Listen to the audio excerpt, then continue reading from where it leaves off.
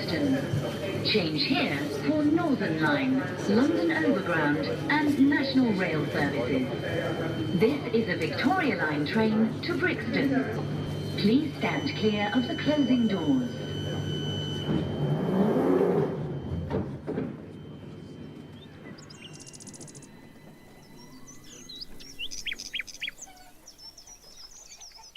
You're listening to Paz de Chipotle, the show that will take you to discover the edible treasures of Mexico. Episode 21.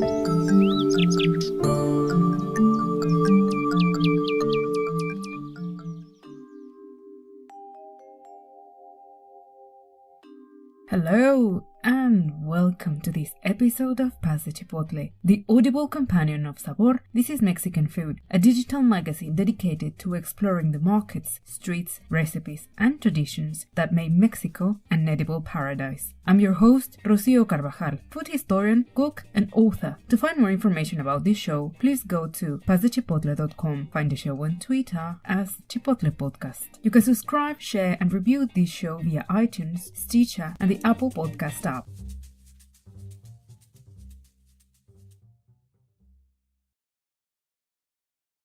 After a few frights and some emergency IT work, the website and the show are back in the interwebs. I took the chance to make some improvements around. Thank you all for your support and patience.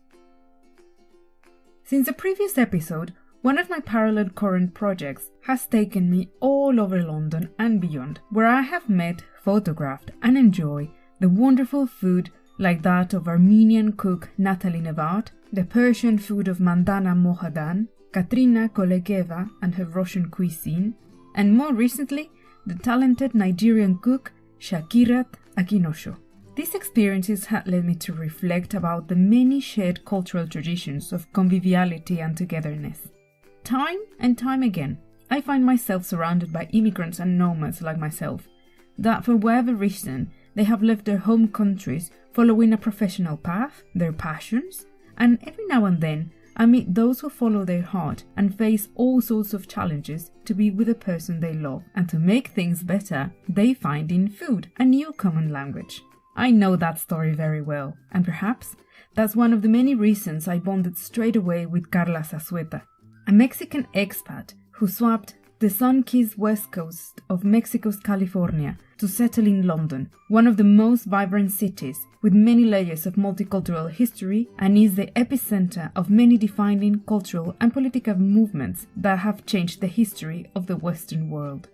A language teacher by training, Karla moved to London more than 15 years ago, and after meeting El Inglés, the English chap who would become her husband, her increasing disappointment at not being able to find places where to eat authentic Mexican food pushed her to take matters into her hands and set up the blog Mexican Food Memories, and soon after started running her own cookery classes. From a time when Mexican ingredients were next to impossible to find, the current food scene in Britain has seen an increase in the number of restaurants that offer real Mexican food. But what about the everyday people who want to cook Mexican food at home? Where to start? How to process the ingredients and how to combine them? Well, this is precisely where Karla comes in and walks them through the flavorful world that is Mexican home cooking. Through her private cooking classes, she takes the fear factor out of the question and transforms people's conceptions about one of the world's most celebrated cuisines. We had the joy of recording this interview at Karla's home, where we enjoyed a day of stories, laughter, tequila, and wonderful food. I hope you enjoy this episode.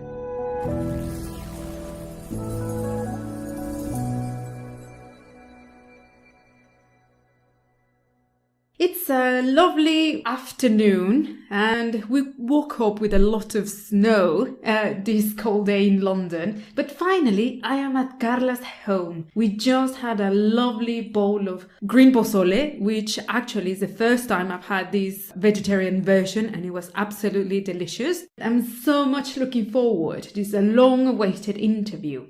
Paisana, that is country-mate, thank you so much for welcoming me and the microphones of Paz de Chipotle to your lovely home. It's so great to be here.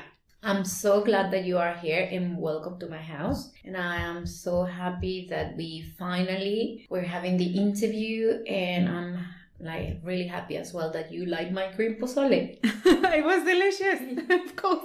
Yes.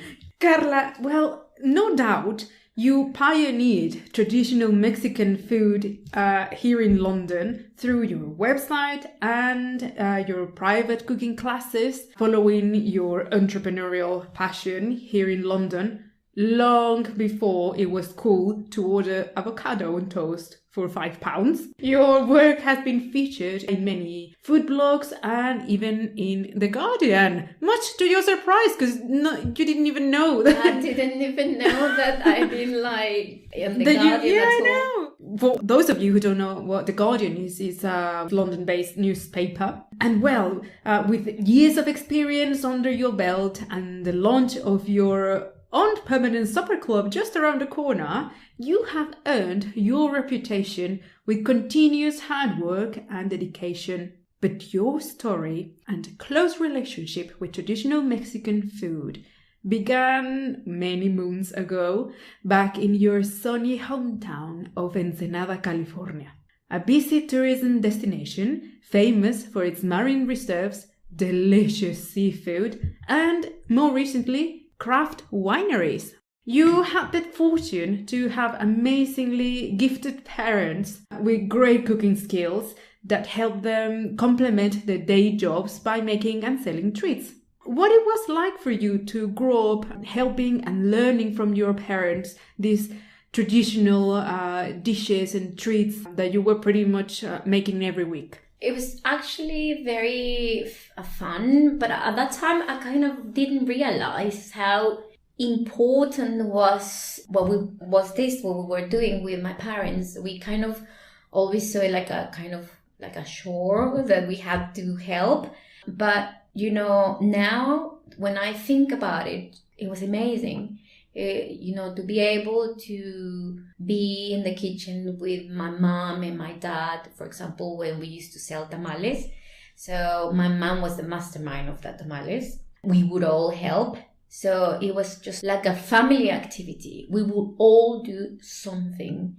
And that was, such a nice experience. I do have so many fond memories about cooking in my family, not only with my parents, but with my grandma and my aunties. I come from a family where we all cook, and we all cook from scratch. And I have this uncle that does eats on cheeses. He sells cheese.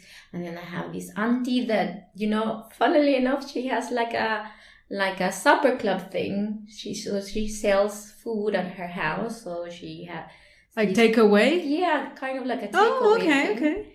okay. My mom's family has always been very entrepreneurial and related with food. So it was really nice growing up in this atmosphere of food, and it was just very nice experience. Well, I don't want you to have the wrong impression, dear listeners, that every Mexican family has the same dynamic. Not at all. I mean, this is a very special case.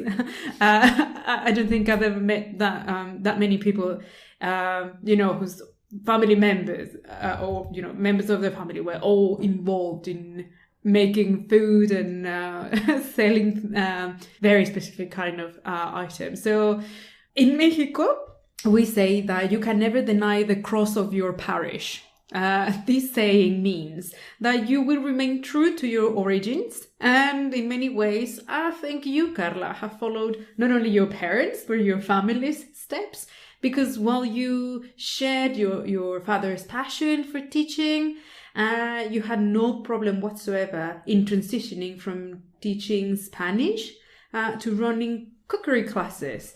But how did that happen? And could you tell us more also about your father's work as a teacher and your mom's passion as a cook? And I think all those things crystallized with your work now. Well, my dad was a primary teacher, but his passion was food. He actually always wanted to have his own restaurant. And I think at some point in his life, he actually owned a taqueria. After he passed away, my mom told us this story that he actually had a taqueria. As you probably all know, you don't really get rich being a teacher in Mexico. No. So as a second job, my father used to actually do something with cooking, and my mom would help my dad selling food or whatever she could do. She would just do it. So my dad would actually be the main cook at our house. Okay. Because my mom never really liked cooking that much. Okay. Well, but fair enough. Saying that, it's really funny because she's really good at cooking her family recipes. Okay. So in my mom's family, it's a big family. It's a family of 14 children. Well, now 13 children. So they all cook. Especially my aunties, they're just like, well, imagine amazing. 14 cooks. Yeah. Amazing cooks. All my aunties, there are like 7 of them, and they all cook very well, including my mom, And then my dad grew up by the beach in Ensenada. So my dad is from Ensenada. And, growing up, they would just basically go and look for their food most of the time.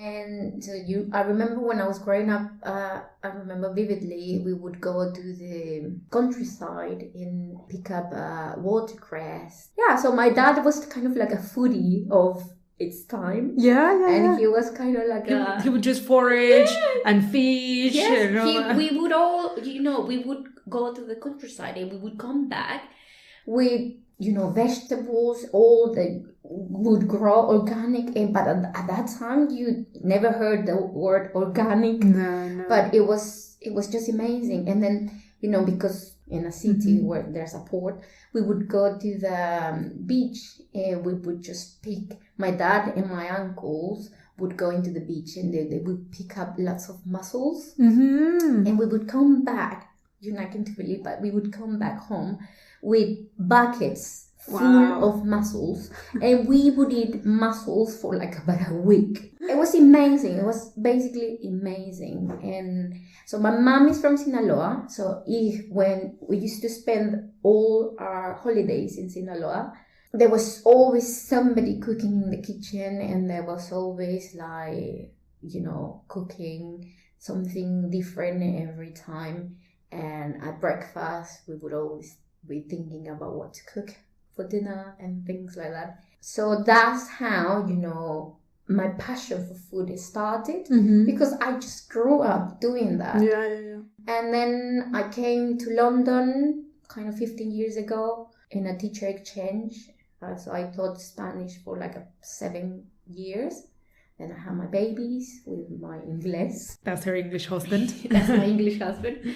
And then, one thing led to another one.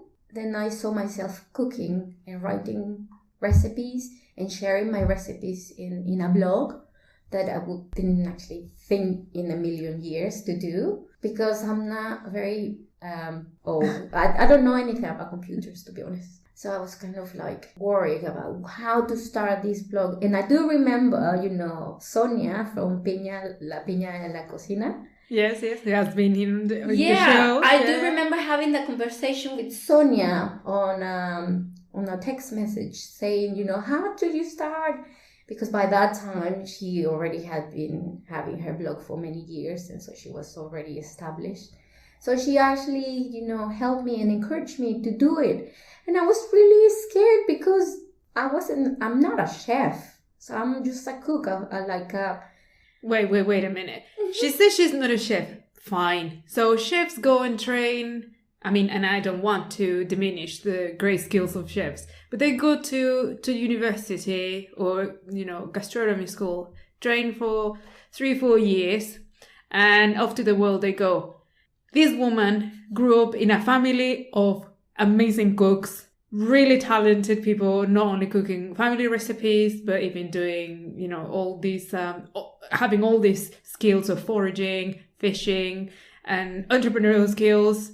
You have to take with a pinch of salt when she says, I'm just a cook. She is indeed an amazing cook with an amazing family legacy. So Yes. again, you had all this knowledge, and you were like, how do I put it together? Yeah, exactly. So, my husband, some of my friends would say to me, do something with all these skills that you have. Mm-hmm. But I always felt like it wasn't the right thing for me to do that, because I didn't have this paper that would say that, you're a professional chef or something.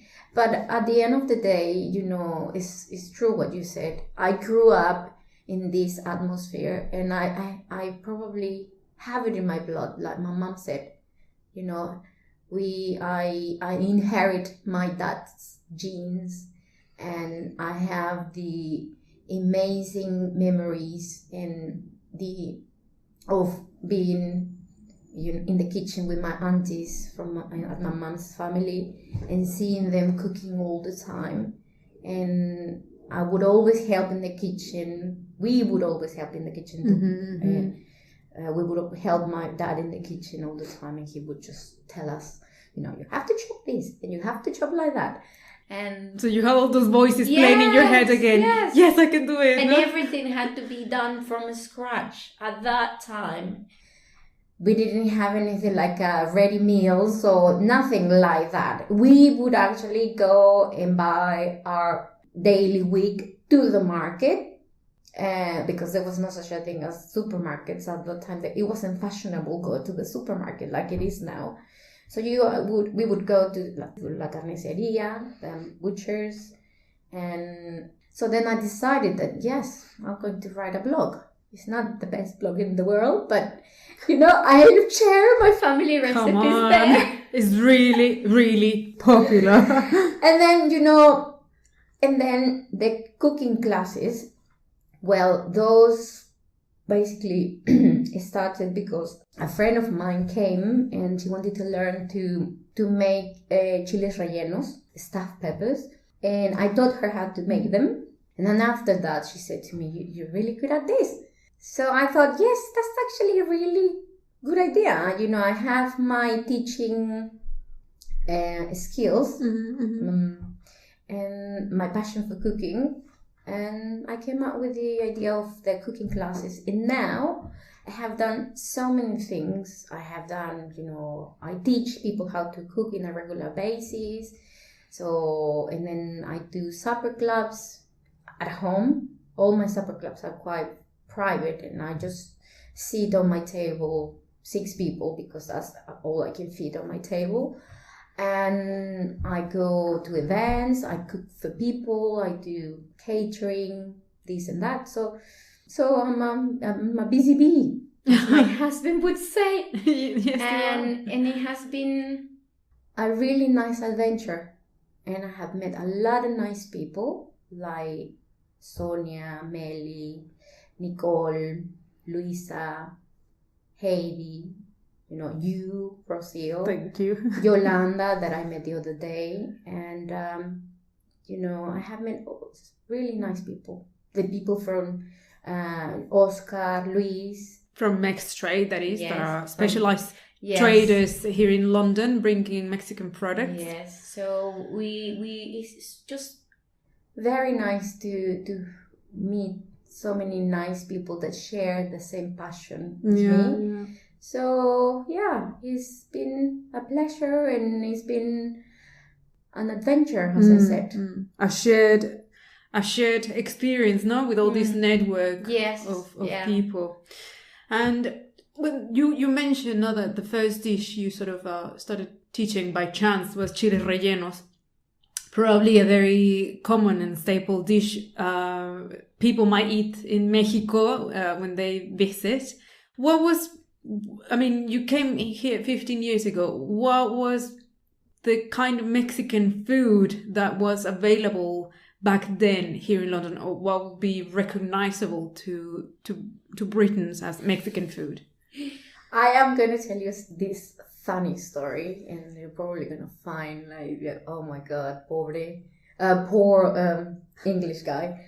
So when I met my husband, the first restaurant he took me out to for a date was the Chiquitos, which which he thought it was a Mexican restaurant. It's not really a Mexican restaurant, but you know, when I first arrived in London, it was impossible to find corn tortillas. Jalapeños, fresh jalapeños or fresh tomatillos, like in your dreams. Poblanos, unless you brought them in your suitcase back from Mexico. But the Mexican ingredients were basically non-existent. And yeah, all the food that people kind of thought that it was Mexican food was like a very bad version of Tex-Mex. Oh, an even bad version. Wow, that's a new low. So yeah, so it was funny because a lot of people, when they first met me, they were like, I love burritos. Yeah, yeah, and then, you know, like, it's really nice to have these thick burritos with lots of rice. I was like, no, that's not Mexican food. So, you know, I actually thought when I started to see the world of Mexican food here in London was changing, all of a sudden, you know, yes, I just remember that at that time, the only place that you could actually find Mexican food, like proper Mexican food, was this restaurant in Houston called Mestizo. Yeah. And still the kind of the place the Mexicans go. If I'm not mistaken, I think Chef Edson, he worked there for a while. And now he's in Santo Remedio. Edson Díaz Fuentes. Edson, sí. But because, you know, I don't know if it was because of Mestizo or I don't know how, all of a sudden, the world of Mexican food, the English food people knew, started to change. And you know, now we have all the restaurants like Lupita, Santo Remedio, you know, that kind of show a different type of Mexican food. Bredos, tacos. Corazon, I think that there's another one called Corazon. And oh yeah, I've seen that one. Yeah, there's lots of little independent Mexican restaurants that they are cooking proper Mexican food. So because of that, you know, the supply chain has moved on. Yes, okay. And so now you can actually find really good Mexican ingredients. And I remember that the first person that kind of started to introduce proper Mexican ingredients were this company called Chile. And they were the ones that started to make corn tortillas. Right. And they still, you know, little by little, now you can find so many nice things. Still, you cannot find fresh epazote. Yeah, that's true. In the farms and farmers, if you're listening, it's great that you're now growing chilies. But go for Mexican herbs as well. I mean, now you can source Mexican oregano, but it comes from Mexico actually. But you can grow it very easily. So it's true. But yeah, you're absolutely right. I mean, so long as the demand becomes more specialized and bigger, you can find more suppliers trying to meet these needs. And now you find these places, these restaurants that they even make their own tortillas. Yes, that's true. It's true. In their premises. So then you have people like Mixed Trade that they make their own tortillas as well, and they even nixtamalize their own maize, which is amazing. You know, the world of Mexican food here in London have changed from really rubbish, from nothing almost. I mean, from non-actual Mexican food to nixtamalized tortillas. Yes, it's like amazing. But you know, when I started, I wanted to show English people that you could actually cook proper Mexican food with the few ingredients that you had and that you could actually find here in London. So that was my idea of starting my blog, and that's what I started to do. You know, I used to actually use lots of alternatives. And instead of, for example, instead of buying fresh cheese or queso fresco, and I would actually go and look for the most similar cheese And actually, at that time, I remember finding Cypriot cheese called Anari. Oh, all right. Which is Hello. so similar to queso fresco. Oh, that's nice. That's nice to know. And then there's another one that, is so similar to cotija, which is a cheese from Lincolnshire. Yeah. But now, now you have La Gringa Dairy. Exactly. Doing proper Mexican cheeses. But if you still do not have, or you don't want to spend like £5-6 on a small piece of cheese, you have the alternatives. So if you go onto my website and if you see in my blog, you can find all the alternatives in the way I cook my Mexican food. Yeah, have you sort of sourced your ingredients from here and there? Build your network. Yeah, that's the thing. I cook. I'm a housewife, so the style of my cooking is like home cooking. Yeah. I mean, I do also cook elaborated and more complex dishes, but I always try to cook easy recipes that people will cook in their house. Yeah. Like weeknight dinners, that like you can today, cook. Yeah. It didn't take me long to make my my green pozole. Your amazing vegetarian pozole. Yes. And you touched something interesting. Now, in my experience, and after years of my own observation, strange as it sounds, I think Mexico and Britain's cuisine share more in common than we might think. And the fact that they have both evolved from home cooking brings them together because it highlights the use of great quality produce using, both our own cooking techniques, but that really allow the natural flavors of the ingredients to be the main feature of the dishes. So like you say, it might not be overcomplicated, but it has to be really, really tasty, like good traditional English food is as well. And they also have in common the fact that over the centuries, they have, here in Britain, just like in Mexico, we have embraced a number of culinary traditions from different parts of the world that have been brought by immigrant communities, by trade, but above all, and more importantly, an attitude of openness to try new things. Yeah. So, in your case, that you are raised in a mixed heritage family, have you noticed other parallel aspects or commonalities in between our culinary traditions?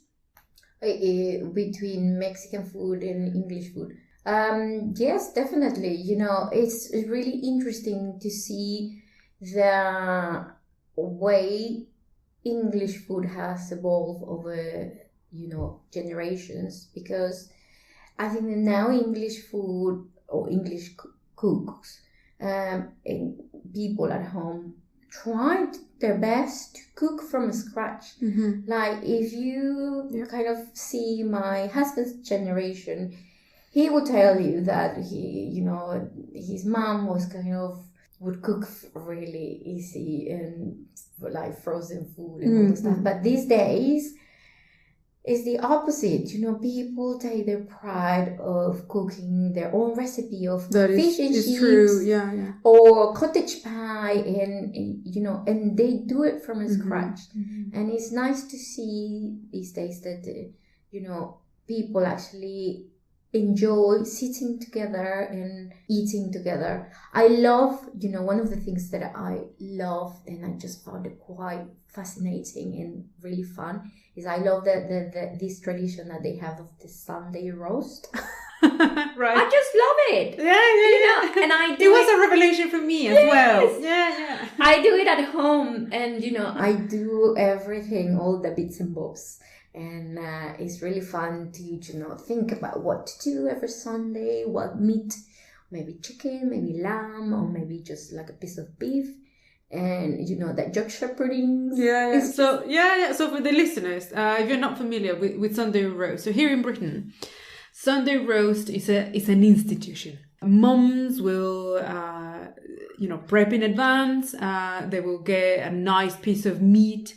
Could be pork, could be lamb, could be chicken. Traditionally, it will be, humble chicken will do. and parsnips, carrots, potatoes, of course, to make some nice potatoes. patties, Yorkshire puddings, and a nice gravy. So that crowned with a lovely treat, a tray bake, a trifle. It's the whole idea of togetherness and coming, everybody waiting for it, probably eating, watching some telly, and I don't know, the kids, enjoying it. It's a really not only comfort food, but also like a family time kind of thing. Yeah, it's like, for example. So the Mexican version for me would be my bowl of birria. Yeah, absolutely. Sunday morning. Yeah, going to the market all together. Yeah, actually, my in Ensenada there's this. Yeah, in Ensenada there's this famous birreria. Okay. A birreria is a place where you go and buy birria. Birria is this Mexican stew made with chilies and eaten either with goat or lamb. It's very brothy. Yeah. So on a Sunday morning, my father or my brother-in-law would go and buy the birria.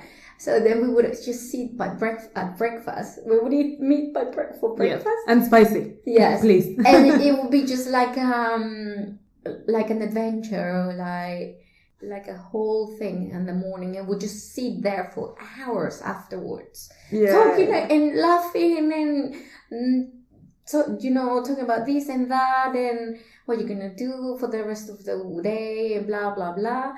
It is quite nice. So that sort of Sunday roast thing here in England, is very similar to the things that we do in Mexico. And you can provide that for your own family as well, no? Yes. So here at home, well, sometimes, as a Sunday roast, I actually do Mexican food. So I do tacos.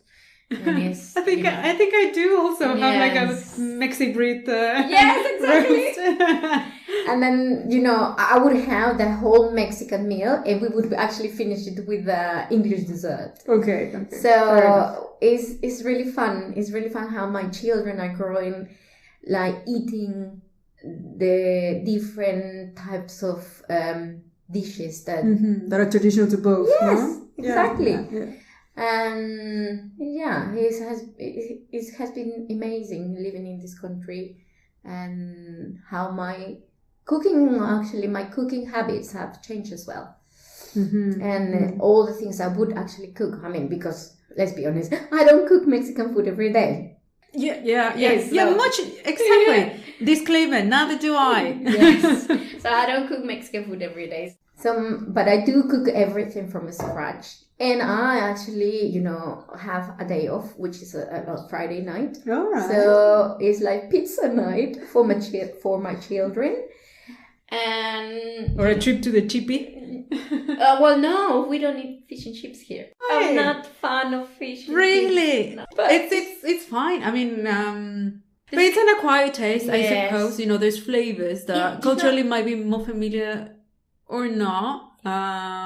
But it's funny, that you grew up eating so much fish. But it's your kind of fish. Yeah, exactly. Yeah, so that's the thing, because we have the famous Baja fish tacos. Yes. So loved by everybody. Yeah. Of course. The butter that you use for the fish tacos is so light that I actually find the butter that they use for the fish and chips here quite heavy. So that's why when I tend to do kind of this fish in butter, and we usually eat it in a taco. So we basically eat Baja fish tacos.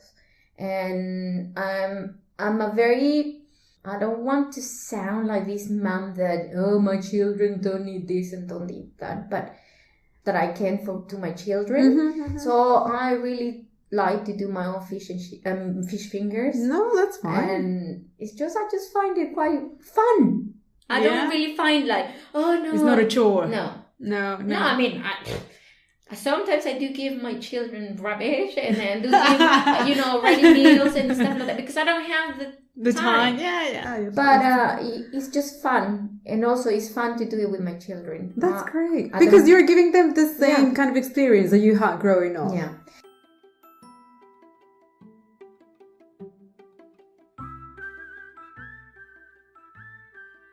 The production of Pasta Chipotle is something I greatly enjoy, and I know you do too, because I read all the comments, emails, and messages you kindly send me. This is a podcast that is free for anyone to listen anywhere in the world. So far, thanks to your generous donations, I've been able to buy new portable recording equipment. But to keep this exciting project alive, I need your support. Independent creators like myself bring diversity, empowerment, and opportunities to enrich our global cultural exchange, which is why the support of audiences with a passion for knowledge, creativity, and entrepreneurship is essential. To become a sponsor for as little as $1 a month, please go to patreon.com/Chipotle Podcast and select the type of donation you want to make. Every donation makes a big difference. Go to patreon.com/Chipotle Podcast and be part of this delicious story.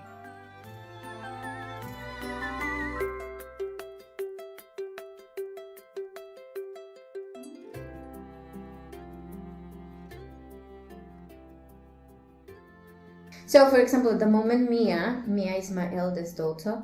Apparently, she says to me that she's going to be a chef. Every weekend, they do help me in the kitchen. It's really fun because my husband was telling me this weekend that it's so nice because when he comes down, the breakfast is on the table. And it's usually a Mexican breakfast. Yeah. And it's a whole thing. And we sit, the four of us together. And I feel very proud of teaching my children all these little traditions. Yeah. It's not just being able to fend for themselves and cook healthy and nice food. Really, what makes the tradition of Mexican cooking great and so complex and so rich is the fact that it's a social construct. It's not just about the recipe. It's not just about the ingredients. It's not about the cooking tradition.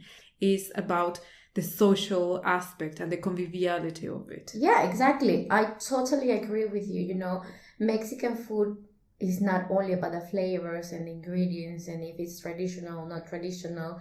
It's about that, about the fact that we do eat our Mexican food all together and we socialize and we share and we enjoy the food, but together. Yeah. So it's really funny you say that because when I have my clients to come for a Mexican cooking class, then nowadays they become a supper club because I want to make people, I want to give them that experience. Yeah, exactly. Yeah. So I want people experience what we have at home. Yeah. On a Saturday morning with my children and my husband, that even though he's not Mexican, but he kind of calls himself that he's very Mexican and he's more Mexican than me.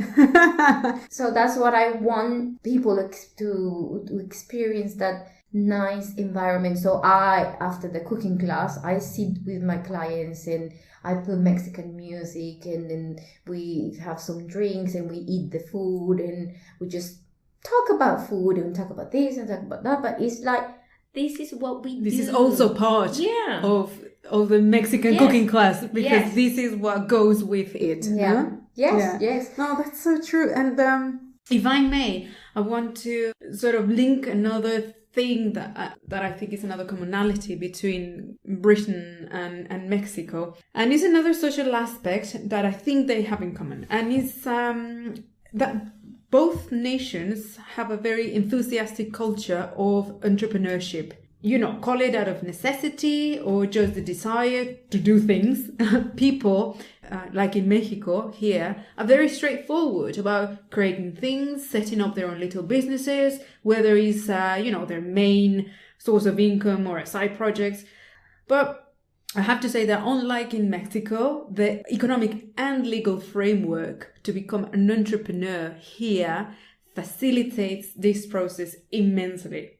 Because while in Mexico, people will still set up and run their own businesses, like a little food stall or, a little delivery food thing or whatever, it often sort of tends to be on the outskirts of legality. Because banking institutions are not, nobody trusts them, or it's a bureaucratic nightmare, or the taxation system drives people to operate in grey areas. So, as a solo entrepreneur here in London, which has been your experience and, regarding setting up and running your business? And do you think that even here, has this change, like the government is making it easier for entrepreneurs to start their own businesses, and how you think it is for a person to set up their little enterprise? I think that you can do lots here in London, in England. I think that when I started this business, I didn't know anything about the financial or the legal things. So it was all because of my husband, to be honest. So he is basically the mastermind of everything. I'm the cook. I'm the one that knows. Well, he facilitates, the operation, so you can he focus on me. that. He guides me through the legal process, but it was very straightforward. You have to have your hygiene certificate, you have to have your insurance, and you have to have another certificate. You have to have this person to come and check your inspect. So, but it's very straightforward, and depending on the type of business you would like to open is the type of money that you probably would need. For example, my business is a small business, so I didn't need any loan or anything. Everything just started by just deciding one day that I'm going to teach. So I went and did my hygiene certificate, and then I just got my insurance, and then my husband actually did the application through the government and all the stuff, and that was it. I was ready to set off. But I do know, for example, that if you need help, there's lots of ways to do it, and you don't really only have to rely on a bank loan. There's also other ways to do it, because I do remember, for example, Santo Remedio did something on social media that is kind of crowdfunding. So crowdfunding is another way to do it. So if you want to maybe do something bigger, if you want to open your own restaurant, your own cafe, or things like that, a food truck. Yes, it's not like in Mexico that there's no way, or you really need a lot of money. So it's quite good. It's very straightforward, and I actually have found lots of everything so easy to do. Yeah, and I mean, just to be on the right side of the record, it doesn't mean that we are not really talking down about our country. What we're saying is that there's so many talented and passionate people, and Mexicans, have such a great attitude and incredible creativity to be entrepreneurial, that things are going to happen with or without the help of banks and the government. What we're trying to say is that here they make it easier to start little, and to grow with your own means, and then sort of even be safe. Having that you actually feel that the government here has your back. Yeah, exactly. No, that's what we mean. Yeah, that's what I actually trying to say as well. Because I know that wherever in the world you are, if you want to do something, you will do it. It's just probably in Mexico, you kind of really need this feeling that you have the government, on your side. Yeah, exactly. Yeah. That's the way that you need to feel, and that's the way that's the things are here. Yeah. No, I understand. And you touched something interesting about the kind of experience you want to provide for your customers. So in recent years, I think our relationship with food has changed immensely. Our tastes have changed, our interests have changed, and there's this increased interest for specialized diets, even contrasting with, or almost becoming an obsession for super indulgent foods, and then ingredients that are super ultra healthy. But nowadays, I think people also seek for experiences that allow them to enjoy and understand different cuisines and different cultures. Sometimes you don't have the money to travel abroad, but you can invest in a little experience, like a cooking class, like an immersive cooking class. And I think, you will tell us more, but I think it's precisely what our cooking classes are about.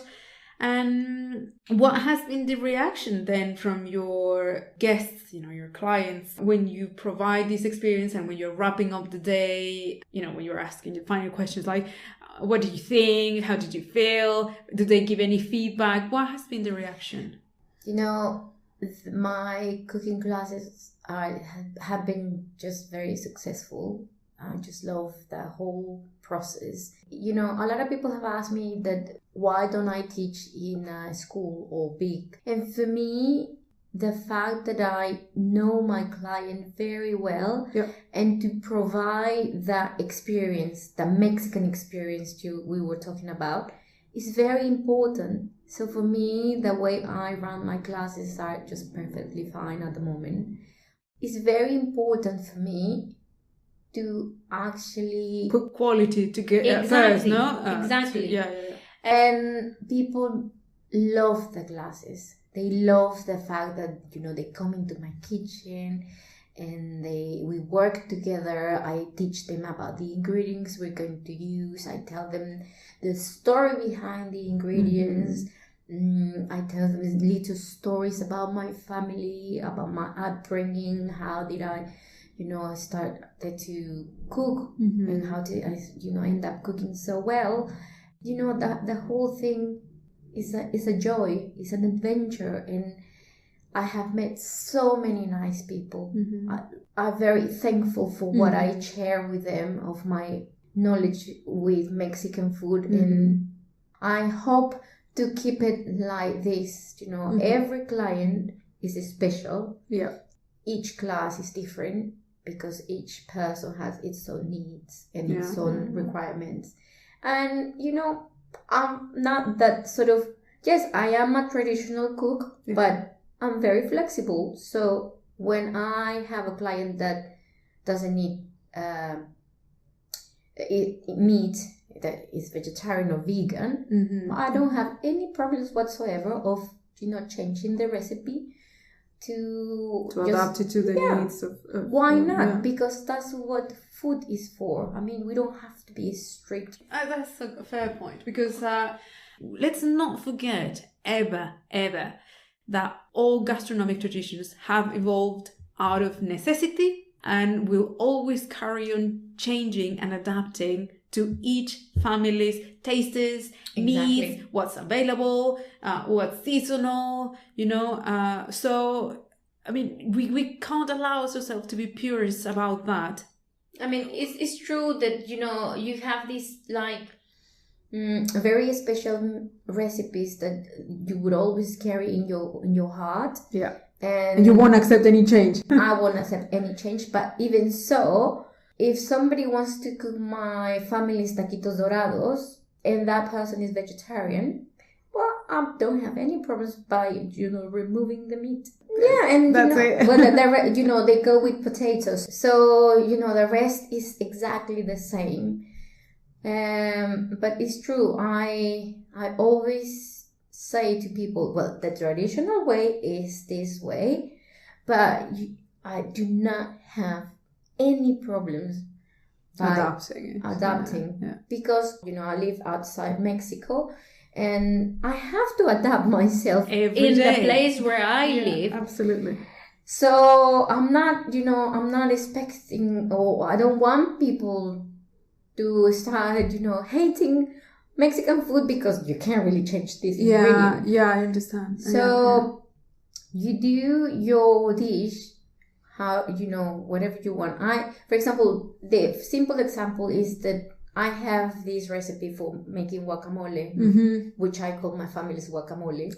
As I said the other day in my social media, at the end of the day, you're the one that is going to eat it, not me. So you put whatever you want in your guacamole. Yeah. But what's important of your work, and I think of any traditional cook, is something that Douglas Cullen mentioned in his recent interview here in Pasta Chipotle, which was you're giving people a point of reference. Exactly. So this is how it should be done because this is how it should taste. Yeah. Because this is the texture, and during the cooking process, these are the stages and the textures and the smells, and how it breaks down and how it transforms, and this is the final dish. From that reference point of you can put more or less of this or other ingredient, more salt, less salt, but so long as you have that reference, then you can play about and make it your own. Exactly. That's I always actually say that to my clients at the end of the class. So you now have the traditional recipe. Now it's up to you if you want to make it like this, or if you want to be adventurous and adding this or adding that. Yeah, it's up to you. I do it with my recipes as well. Yeah. Because I sometimes I don't have this, or I don't have certain ingredient, and but I do have that. Well, I'm just gonna put it. Yeah. Now, I think it would be fair to say that your classes are now as successful, and the experience you provide to people is the best they can be, because was it a coincidence in time and the quality of the products that the traders are being able to bring here? Yeah, I think so. I think it I started doing the cooking classes at the right time, because at the moment, as Mexican food here in London it has like the boom. It has grown. Yeah, and people want to try the real thing. Yeah. So, and now with so many ingredients that we can purchase, it's easier to teach the real thing. Yeah. But I think that before I probably could have been able to do it as well, because I have always. It's a little bit pricier, but yeah, and I have always cooked Mexican food here. No matter what sort of ingredients I used to have, but I also used to cook this or that with different things. Yeah, okay. But at the moment, I just think that the cooking classes are is the right time, because there's so many ingredients that we can find these days, and also for your students, no, to go on and carry on. Cooking. And the fun thing about the classes is that at the end of the class, obviously I give my printed recipes, and then I always give them like a sample of some of the Mexican ingredients we use in the class, so they can actually recreate the same dishes at home. That's really clever. Yeah, it's a little token of. No, that's but it's something a great nice. idea. Of course. Yeah, it's been, and it benefits everybody, because the more they buy, the more products they will source, the more you will benefit, the more they will benefit. It's a win-win for everybody. It's a win-win for everybody, yeah. I think that, here in London, the Mexican community of people doing Mexican food is really big. And it's just really nice. And it's just nice that we all help each other. Yes. That's what I always have said in the beginning that I started this. I have met a lot of nice people. We're here to help each other. Yeah. Because at the end of the day, we're trying to make people happy through our food, right? Yeah. So if we help each other, it will be even more enjoyable. Yeah. Exactly. So it's just nice to to see all these really talented Mexicans that have actually done a lot for Mexican food here in England. And even people that are not English, they're doing it properly, and it's just really nice to see that even English people do care about the respecting the tradition. It's just it's very important. And it's just nice. It's something Karla and myself were commenting some weeks ago when Rick Stein's program Road to Mexico was on here on the BBC.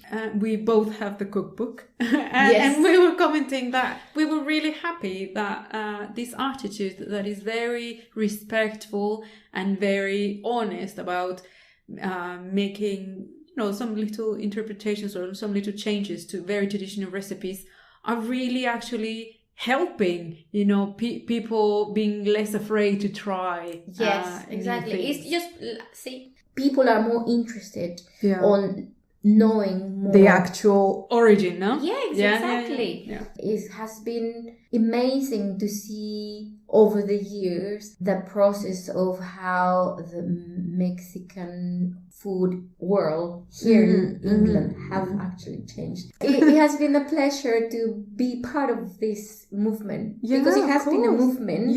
And I feel very honored when people actually know who I am. Yes, of course. Well, you work hard for that, no? Yes, I do work hard. Honestly, it's been a long journey for me, and a lot of work. Yes, people do not have a clue how hard you have to work in your kitchen. I know, to produce a recipe. And to go searching for the ingredients, to cook, to write the recipe, to post it, and to advertise the recipe on your social media is a lot of work. And at some point, I have to be honest with you, I just wanted to give up everything. Because I was just thinking, I don't have the time. No. Well, no, it wasn't about not having the time. It was like, where is this taking me? Right. It's just, I'm just working for what? So, then my friend and my husband had this idea of the cooking classes. And now I feel that I am contributing. It's coming together now. Yeah, no? I'm contributing more in what I'm doing. So it's not, a waste of time and a waste of energy. Yes.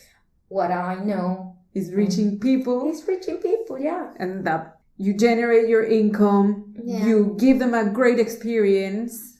Yes. No? I mean, now and it's just nice to share with people the memories. That's what I decided to call my blog, Mexican Food Memories, because it's just nice to share the memories of my childhood and my time when I was living in Mexico with people. Yeah. I have, as I said at the beginning, very nice, lovable and fun memories growing up.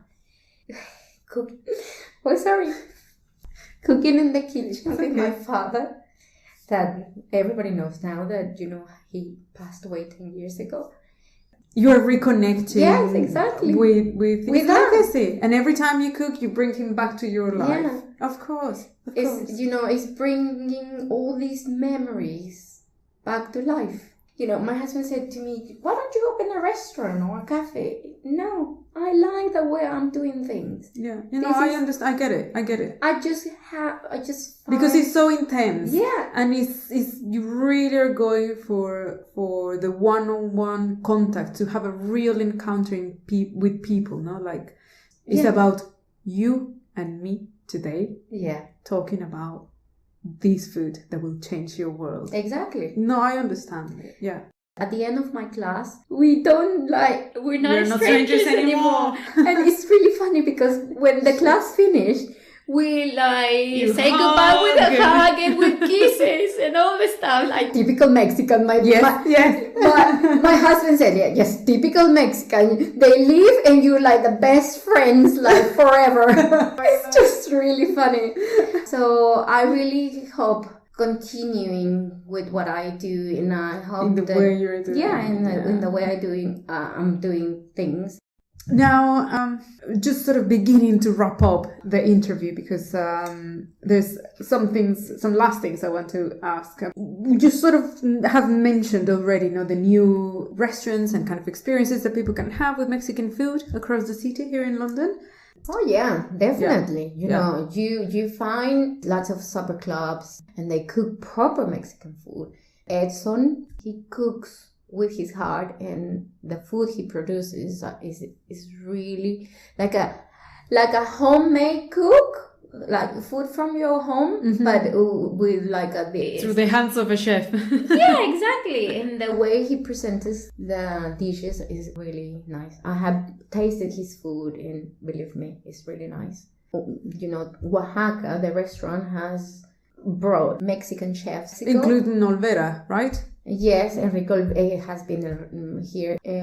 Things you wouldn't have been able to see at all 50 years ago, because people would have been like, what? Yes. But now that there's and then because of the suppliers, you are able to taste things or these ingredients. For example, I remember one time I think it was when Enrique Olvera was here and he did the supper club here. They brought hoja santa.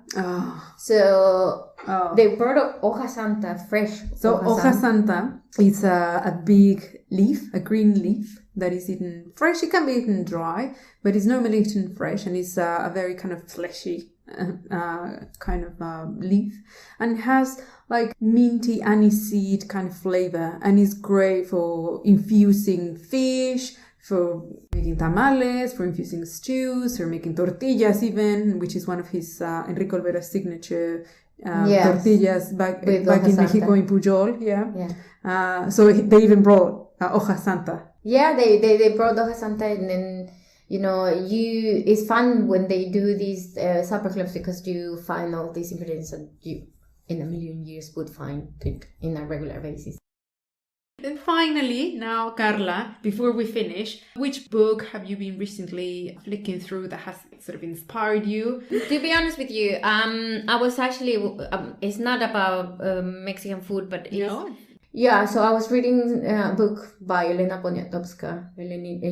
I like the way she writes, but one of her books is La piel del cielo. It's my favorite book. But one of my most favorite books is Lilos Kikos. It's this little girl. It's a short story. It touched me, so I highly recommend it. Now, finally, I would really like to have one of your amazing recipes accompanying this episode. So what have you chosen to share with the audience? It would be 2 recipes actually. I would love to share family recipes for tacos dorados, Sinaloa style, because my mom is from Sinaloa. My mom's families are very proud of the way they made their own tacos dorados. And the other one, the Baja style fish tacos, that would be really nice for you to share with you. That is such a great treat. A 2-for-1 tacos. That is amazing. Karla, thank you so much for your warm welcome, for the amazing food we've had, and for the lovely conversation. Please tell the audience how can they reach you, how can they book a cooking class, which are your social media accounts, website, email. Yeah, well, they can reach me through email, Karla with Karla at mexicanfoodmemories.co.uk, or they can just follow me on social media. My name is at Mexican Food Memories. And you can send me an email or call me on my mobile. It's 07756 77120. And you can book a class through me. And in the future, I am trying to organize more supper clubs. So you don't have to come and cook. You only have to come and eat my food. I will be very grateful if you follow me on my Mexican Food Memories story. And making memories together. How about that? Yeah, exactly. and thank you very much for having me in your podcast. It's just amazing. I have listened to some of the interviews and I really, really, really admire your work. You're such a talented lady. Oh, thank you. Honestly, she is very talented. I didn't pay her to say that. I'm very honored of being in your podcast. It has been a pleasure to have you in my house. It was just very nice to cook for you. Thank you. And to share a little bit of tequila. And on that note, we're going to end the interview. So, Karla, salud and thank you. Salud. Please stay tuned and we'll return with the show after the break.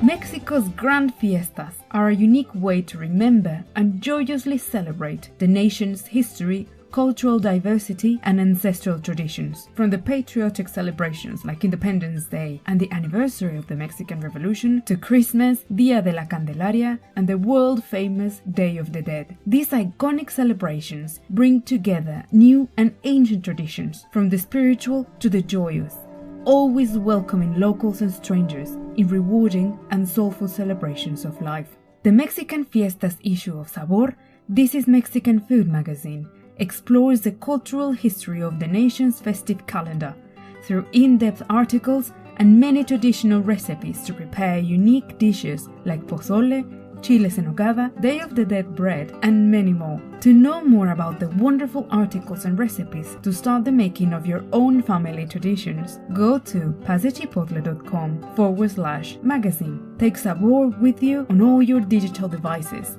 Go to pasechipotle.com/magazine and get ready to cook, learn, and enjoy Mexican food like you never imagined.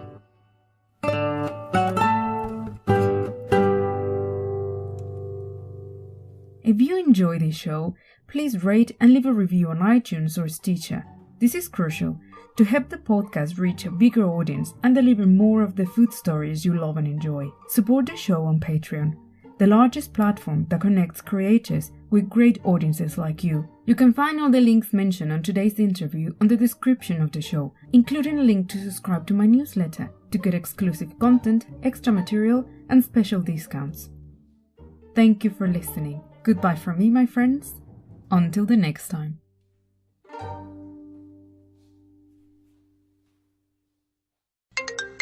नमस्ते, मेरा नाम किम, India से, and मैं pasta chipotle podcast सुनने को अच्छा लगता है。你好，我係愛麗蝶，其實我係法國人。我好鍾意聽 Pasta Chipotle podcast. Hey daar, dit is Jolien uit Nederland en ik luister graag naar Pasta Chipotle podcast. Bonjour, je m'appelle Amélie, je viens de France et j'adore écouter Pasta Chipotle podcast.